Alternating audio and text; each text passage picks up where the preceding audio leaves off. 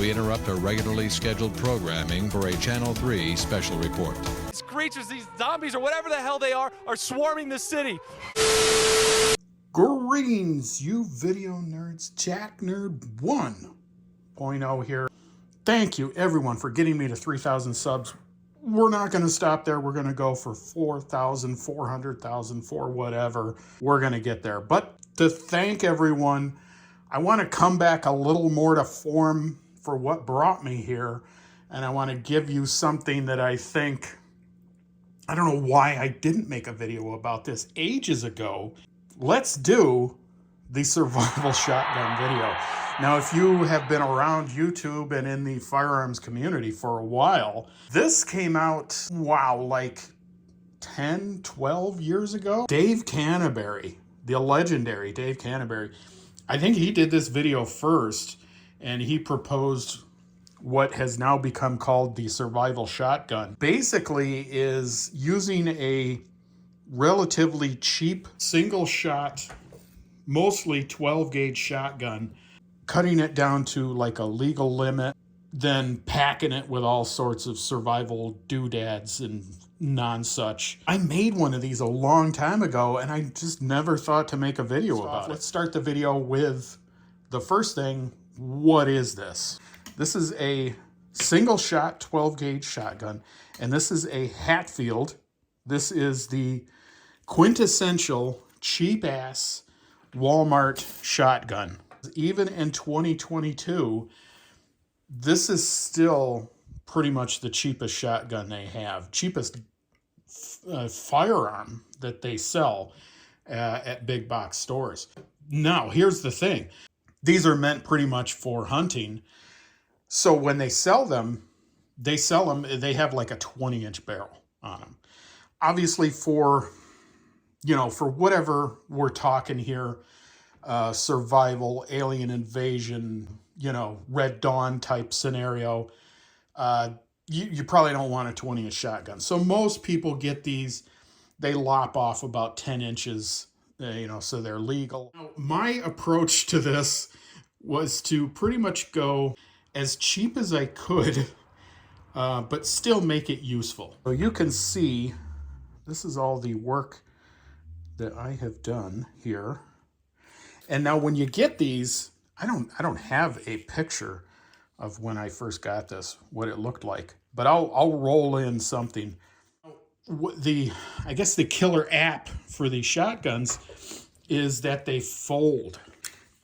You can fold them pretty small, so you can get them like that. Now you do have to end up shaving off a little here, and then they make a little bit of space here, and then yeah, and then you can get these things pretty small. So you can put this in a backpack or something if you're like bugging out from the Terminators that are coming to get you, or the zombie invasion. You know, you can put this in your backpack and look just like a, you know, like a normal victim. Question number 2 is, what have I done to this?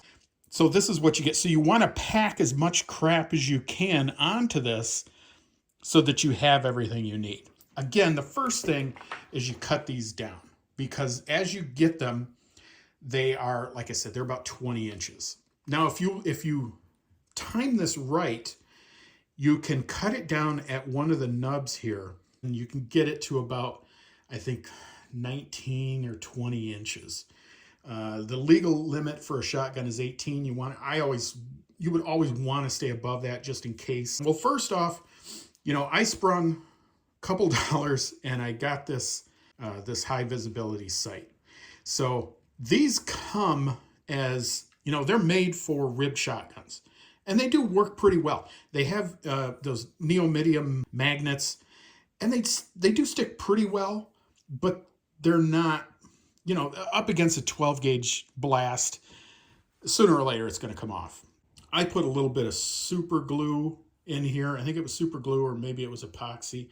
I don't know, but it's not coming off. And we will put all the links to all this stuff down below here, except for the actual firearm, which YouTube doesn't, they like to pretend these don't exist. So shh, don't say anything to anybody, okay? This is just between us. The flashlight. Okay, so I had this thing lying around. This is some kind of a shotgun light mount. I don't know where I got this. I'll try to look it up and again put it down here. This is a really cheap ass light. I think I got this at Harbor Freight, of course. But or maybe even the dollar store. Maybe I got this at the Dollar Tree. But you know what? It works and it's not bad. I don't know that you would want to have a light anyways. You know, everyone knows that zombies can smell light. So you don't want to have that out in the woods when you're trying to hide out. And the predators are going to be able to find that easy. You know, they have thermal vision, so you definitely don't want to have that on if they're looking for you. Of course, don't worry about predators because everybody's kicked their ass anyways, so you don't have to worry about them. Paracord sling. That's almost a must for any survival firearm or weapon of any kind. Everybody knows, you know, if you're running out into the woods, you're going to need to build some sort of structure, go fishing or something, and you're going to have all this line that you can use. So you can unweave this stuff, and you can use this line to, you know, maybe put up a makeshift tent or something. The line that is inside of paracord, it's a really thin white line, and you can use this stuff for fishing if you need to. It's a multifunction thing, which is what you want to look for in these survival weapons. Next, of course, for your survival weapon, you want to have something that is camouflaged. So if you drop it, you won't be able to find it. So I have hydro-dipped this with multicam, and it actually came out pretty darn good, if I do say so myself. And I got a stock in the handguard. I painted black. And I don't know why, because they were wood. You would think wood, if you want to be truly camo, wood is the perfect camo. But it just looked weird. It looked really strange. So I painted it black. I don't know why. But, you know, maybe it would break up the camo, if that's a thing. Okay, so what else? Also put this little grippy thing on here. I don't know where I got this. Again, I will try to find it and put it down below. But this does help quite a bit. It helps you grip, and it is nice. Moving on to the back end, like the Red Riders, we had a little compass right inside the stock here, so you're not going to get lost when you finally decide to come out and look to see if the aliens are gone. You can buy these compasses, again, on Amazon, where America shops. You basically just get a hole saw, drill out a portion, and then just stick this in there with a little glue, and there you go. Moving down the shell holder. Now, I have this on here right now. Usually, I have this on here, and I'll show you why, because I got doodads in there as well. This is just on here right now, because this does...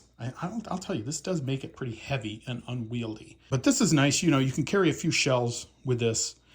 The other reason I have it on there is because I have this on here, which is a butt pad.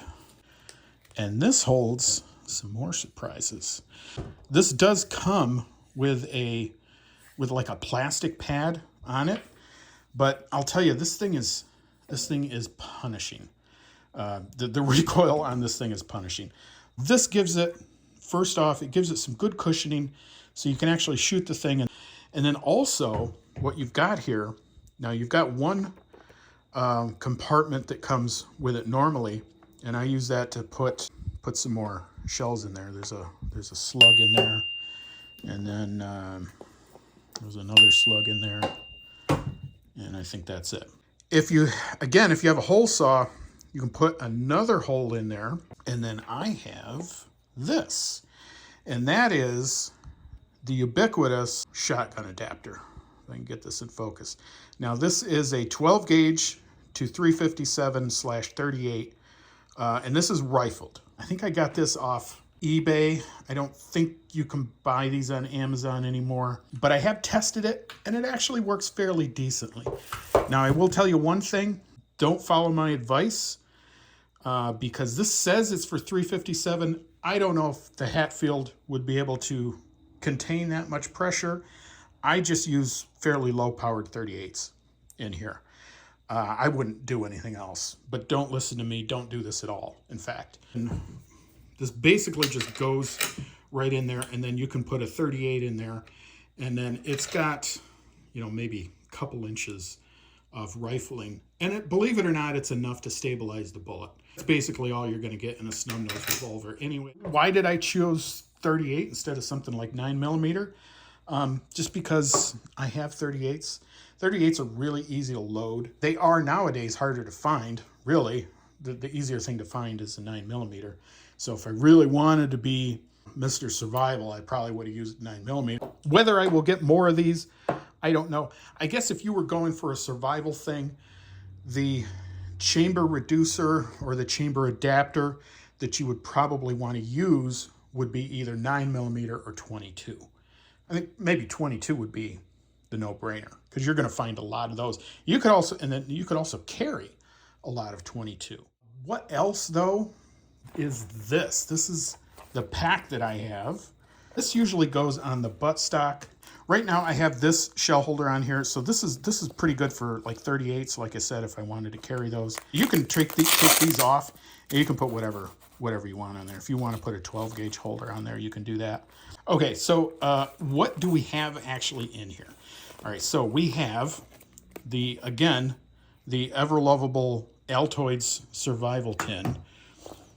We have one of like a lanyard hook, whatever, D-ring, whatever they call these things.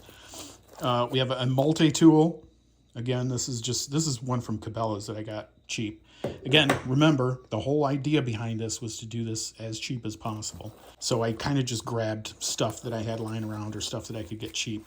And then I have this. This is just a piece of Velcro. And then inside here, I have this throwing knife that I got years ago. And I don't know why, but I just put it in here. It seems to fit well in here. And I guess if you were in some kind of survival thing, I suppose you could put this on the tip of a stick or something, and you could probably make a fairly decent spear out of this. You could, maybe spear fish or something. Let's look at the Altoids kit.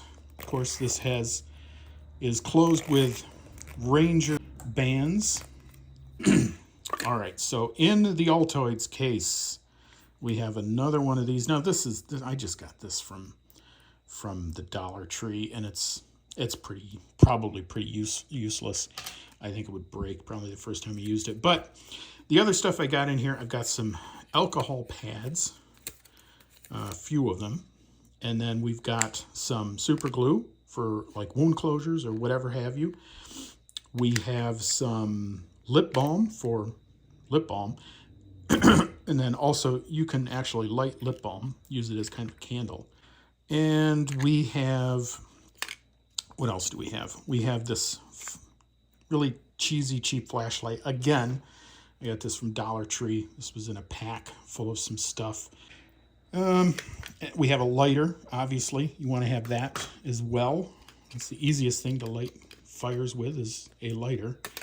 And then I have this thing in here.